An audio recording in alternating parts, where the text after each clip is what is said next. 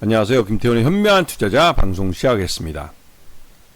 본 영상에서 다루는 내용은 투자 권유가 아니며 각개인의 투자 판단에 대한 책임을 지지 않습니다. 별도의 SNS 채널 가입을 유도하거나 투자 권유 및 유료 리딩 서비스를 홍보하는 불법 사칭 이정에 유의하시기 바랍니다. 자, 오늘은 이마트에 대해 좀 알아보겠는데요. 이마트는 예전에도 한번 말씀드린 적이 있습니다. 최근 이제 정용진 회장이 어머니 이명희 여사로부터 이제 주식 지분을 다 넘겨받아서 이제 명실상부하게 이마트 그룹, 즉 신세계 그룹의 회장으로서 단일 최대주가 되었습니다.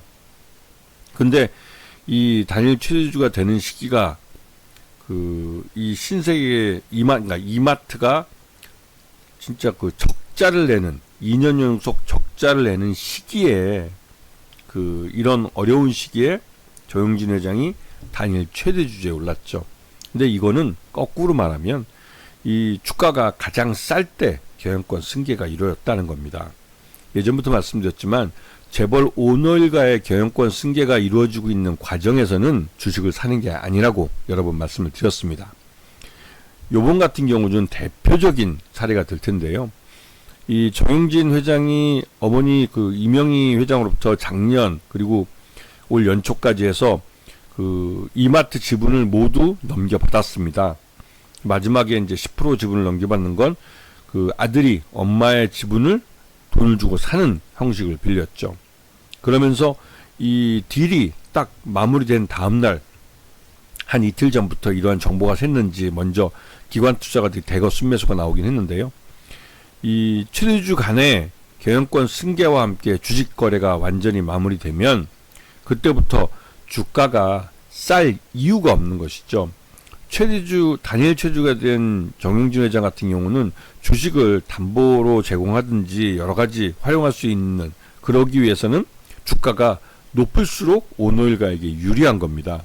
이미 증여세나 이런 부분은 다 해결된 상태고 이제 더 이상 오너일가가 부담해야 될 부담도 적기 때문에 이 주식을 주가가 쌀 이유가 없어진 상태가 된 것이죠. 그렇기 때문에 이런 이마트가 또 지난번 어머니 이명희 회장으로부터 왕 회장이죠. 회장으로부터 주식을 매수했을 때 정용진 회장이 이제 단일 최대주가 됐을 때부터 주가는 줄기차게 기관 투자자의 순매수 속에 오르고 있습니다. 실적 이렇게 부진하고 우리나라 지금 현재 경기 침체가 여전히 이어지고 있는 가운데서도 이마트의 주가 급등은 대단히 이례적이라고 볼 수가 있는데요. 그 이유를 따져보면 역시나 오너일가 간의 경영권 승계가 마무리됐고 강력한 경쟁자인 홈플러스, 이 대형마트 시장 2위였던 이 홈플러스가 선제적 법정 관리가 아니라 선제적 이 기업 회생에 들어간 것이죠. 그러면서 전반적으로 이제 좋은 상품들이 이런 홈플러스 매장에 들어가는 걸 좀 꺼리게 되는 겁니다. 왜냐면 언제 또 잘못돼서 물건값을 떼일지 모르니까 대표적으로 사양식품이나 LG전자, 삼성전자 같은 경우는 물건 빼겠다고, 지금까지 납품한 거 돈 주지 않으면 물건 빼겠다고, 앞으로 이제 안 넣겠다고 얘기를 한 것이죠. 그래서 부랴부랴 법원의 허가를 받아서 이 홈플러스가 이런 납품 업체들한테 잔금을 지급해주는 그런 촌극이 벌어지기도 했습니다. 그러면서 이제 다시 물건을 납품하겠다는 말이 나온 것이죠.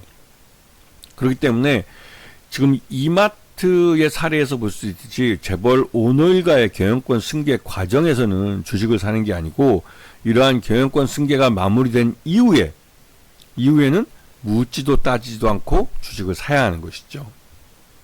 자, 지금 2024년 4분기 실적을 보면 대단히 실망스러운 실적을 나타내고 있습니다.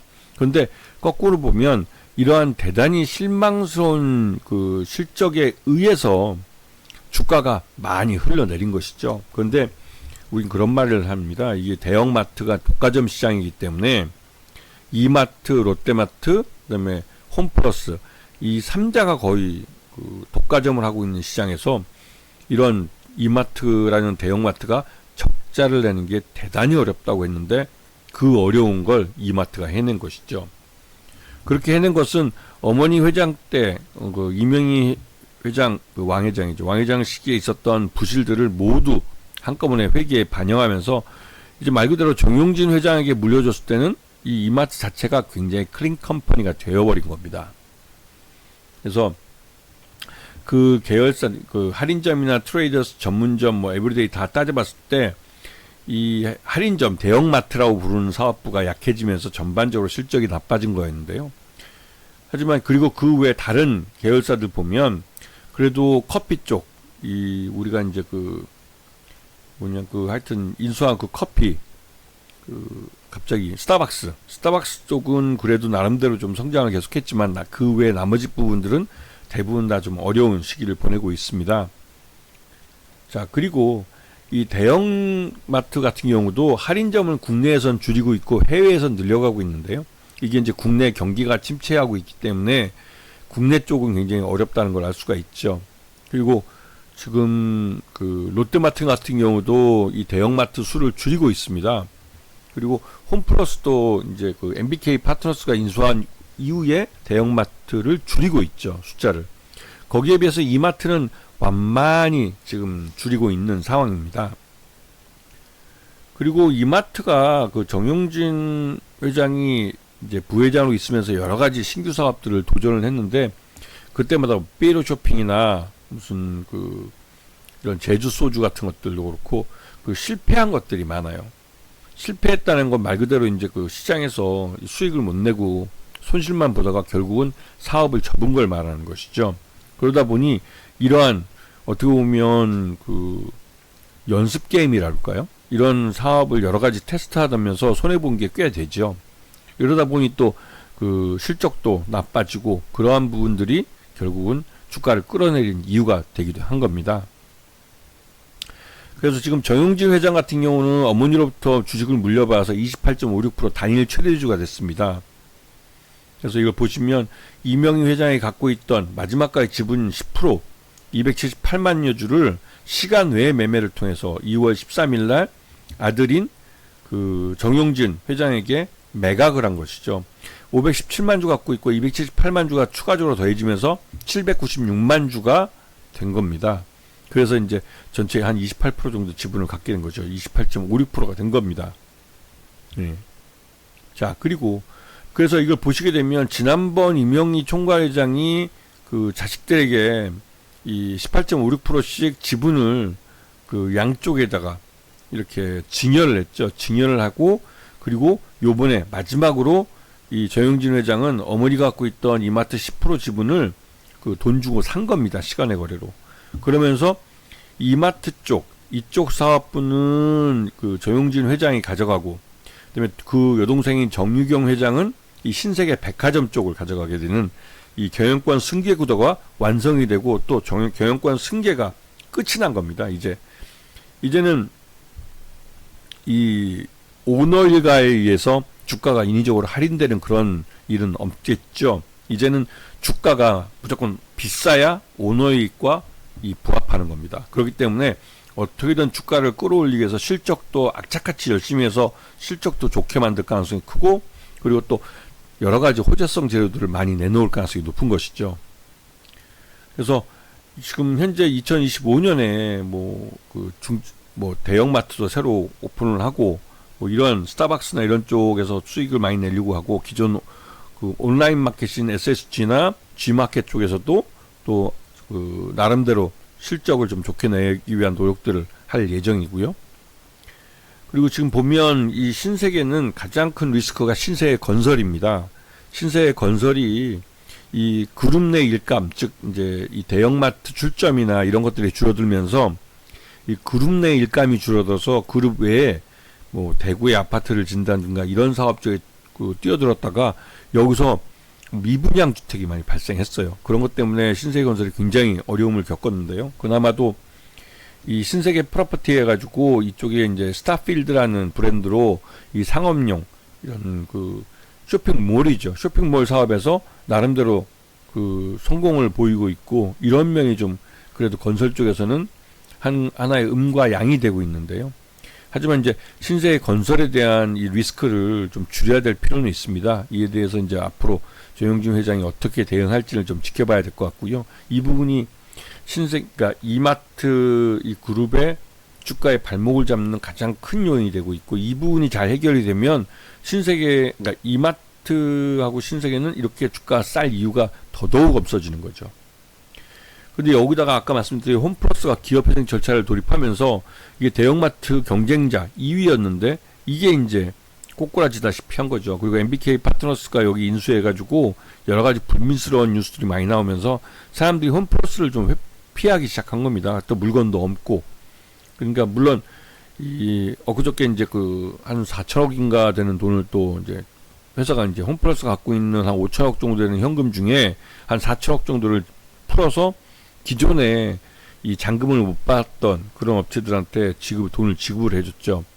그러면서 이제 다시 또 이제 납품이 재개되면서 그래도 상품이 좀 구색 맞춰서 들어올 수 있다고 하긴 하는데, 그러면서 홈플러스가 대대적인 할인 행사를 하고 있습니다. 그런데 이런 할인 행사는 이 제조업체 쪽이 부담해주지 않으면 말 그대로 홈플러스가 자기 돈을 꼬라박으면서 해야 되는데, 실제로 홈플러스가 그런 자기 돈을 꼬라박을 능력이 안 되기 때문에 이러한 할인이 오랫동안 계속될 수 있을지는 좀 의문이 들고 있습니다. 하여튼 이런 말들은 결국은 이마트가 반사이익을 보고 있다는 것을 말해주고 있는 것이죠.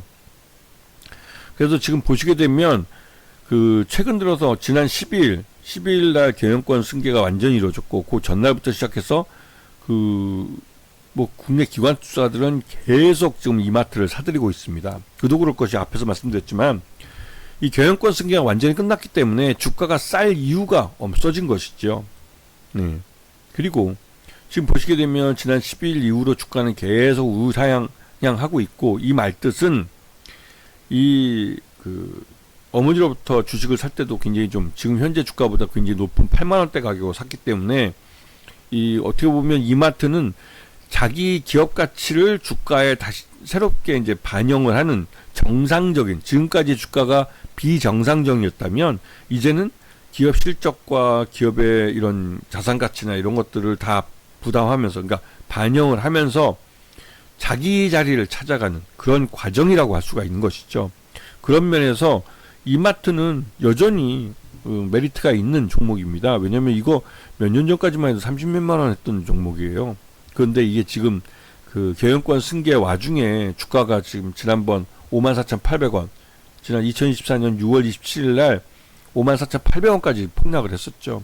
그리고 길게 본 투자가들은 지난번 5만원대 주식을 사서 좀 6만원 이상 계속 수익이 나고 있는 과정이겠고, 이런 대형주들도 이런 경영권 승계가 마무리되고 나면 실제로 주가가 한 100% 정도까지도 오르는 경우가 많습니다. 옛날에 서울제약 같은 경우도 경영권 승계 과정에서 5천원까지 주가 폭락했다가 경영권 승계가 딱 이루어진 이후에 곧바로 만원대로 복귀한 적이 있습니다. 그런 것처럼 이런 재벌들의 경영권 승계 과정에 있어서는 주가를 함부로 건드리는 건 아니지만, 경영권 승계가 완료되는 시점에서는 묻지도 따지지도 않고 매수하는 게 오너일가도 그때 경영권이 바뀌면서 주식 이동이 이루어졌고, 그렇기 때문에 그 타이밍에 잡는 것이 다른 재벌에서도 비슷한 현상이 반복적으로 일어나는 한국 재벌 경제 체제의 아주 특이한 주식 투자에 한 좋은 기회가 주어지는 그런 장면이기도 하죠. 그래서 이런 부분들을 잘 공부해 보시면 향후 다른 재벌들에서도 꽤 짭짤하게 재미를 볼 수가 있습니다. 아시겠죠? 자, 오늘 방송 여기서 마치겠습니다. 감사합니다.